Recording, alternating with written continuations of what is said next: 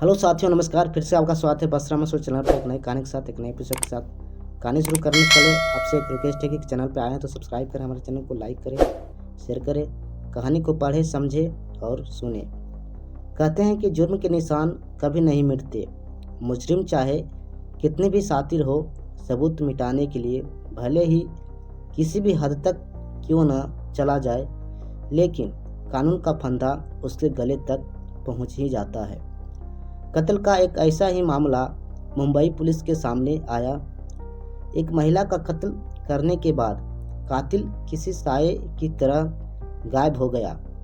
ना कोई CCTV footage, ना कोई सबूत और ना ही कातिल तक पहुंचने के लिए कोई सुराग। लेकिन कातिल की एक गलती से पुलिस की हथकड़ी उसके हाथों तक पहुंच गई। तारीख थी 15 अप्रैल 2021 और जगह मुंबई का भांडुप इलाका। पुलिस को खबर मिलती है कि एक घर के अंदर महिला का कत्ल हुआ है।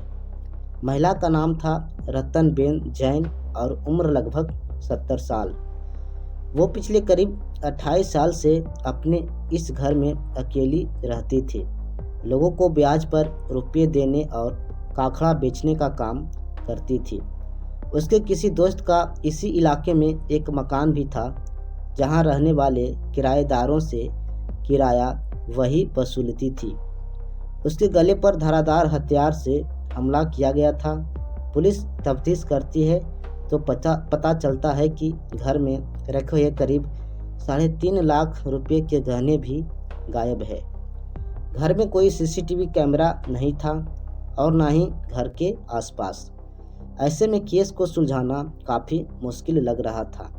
तहकीकात के लिए आसपास के तकरीबन 250 परिवार, 30 रिश्तेदारों और कुछ अन्य लोगों से पूछताछ हुई, पर कुछ नहीं मिला। जब कोई सुराग नज़र नहीं आया तो कातिल का सुराग देने वाले के लिए 51,000 रुपये का इनाम घोषित किया गया। कत्ल की वारदात को 2 हफ्ते बीत गए, लेकिन कहीं से कोई लीड नहीं मिली। मामला पूरी तरह से एक ब्लाइंड केस बनता जा रहा था। एक ऐसा केस जिसमें दूर दूर तक सुराग मिलने के आसार नज़र नहीं आ रहे थे। ऐसे में कातिल को पकड़ने के लिए एक स्पेशल टीम बनाई गई। टीम ने फैसला लिया कि जिन लोगों से इस मामले में पूछताछ हुई है, उनसे एक बार फिर से सवाल जवाब किए जाएं।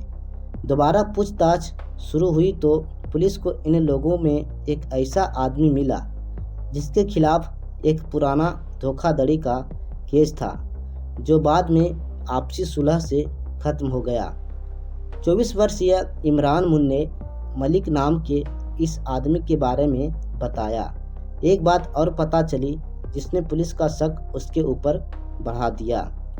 दरअसल कत्ल से पहले वह उसी इलाके में एक सैलून में काम करता था, लेकिन अब बेरोजगार था। पुलिस ने उसका धोखाधड़ी वाला मामला खंगाला तो पता चला कि दीपाली राउत नाम की महिला ने उसके ऊपर 8 लाख रुपए की धोखेबाजी का केस दर्ज कराया था। अब पुलिस ने उसे हिरासत में लिया। इमरान ने खुद को बेकसूर बताया, लेकिन कहा कि वह इस केस को सुलझाने में पुलिस की मदद करेगा। हालांकि बीच में ही इमरान चकमा देकर यूपी में अपने गांव भाग गया। पुलिस को जब उसका सुराग नहीं मिला तो उसकी कॉल रिकॉर्ड डिटेल निकाली गई। कॉल रिकॉर्ड से पता चला कि वह दीपाली के संपर्क में था। अब पुलिस ने दीपाली को हिरासत में ले लिया। दीपाली ने पूछताछ में बताया कि इमरान ने उससे 8 लाख रुपए उधार लिए थे, जिन्हें वह लौटा नहीं रहा था। हालांकि बाद में दोनों में समझौता हो गया। पुलिस की एक टीम इमरान को तलाश ही रही थी और थोड़ी ही मशक्कत के बाद उसे गिरफ्तार कर लिया गया। जब इमरान से सख्ती से पूछताछ हुई तो वह टूट गया और उसने अपना गुनाह कबूल कर लिया। इमरान ने बताया कि वह उस मकान में किराए पर रहता था, जिसका किराया रतनबेन जैन वसूलती थी। दीपाली राउत के साथ उसका अफेयर चल रहा था और इसी में उसने उससे 8 लाख रुपए ले लिए। कोरोना वायरस महामारी आई तो सैलून बंद हो गया और इमरान की नौकरी चली गई। अब इमरान को जहां एक तरह दीपाली के 8 लाख रुपए लौटाने थे, वहीं रत्तनबेन भी कमरे का किराया देने के लिए कहती थी। रुपयों की किल्लत से जूझते हुए इमरान को एक बेकरी में नौकरी तो मिली, लेकिन उससे वह दीपाली को कर्ज नहीं चुका पा रहा था। इसी दौरान इमरान ने एक खतरनाक प्लान बनाया। उसे पता चला कि रत्तनबेन किराए में आने वाले रुपए अपने घर में ही रखती है, साथ ही घर में लाखों की कीमती के गहने भी रखे हैं। ऐसे में 15 अप्रैल को मौका पाकर वो घर में घुसा और धारदार हथियार से रत्तनबेन का कत्ल कर दिया। उसने घर में रखे करीब 3.5 लाख रुपए कीमत के गहने भी चुरा लिए। पूछताछ में दीपाली ने कबूल किया कि इमरान ने उसे चोरी के जेवर दिए थे। दीपाली ने यह भी बताया कि उसने रत्तनबेन के 2 सोने के कंगन बेच दिए थे।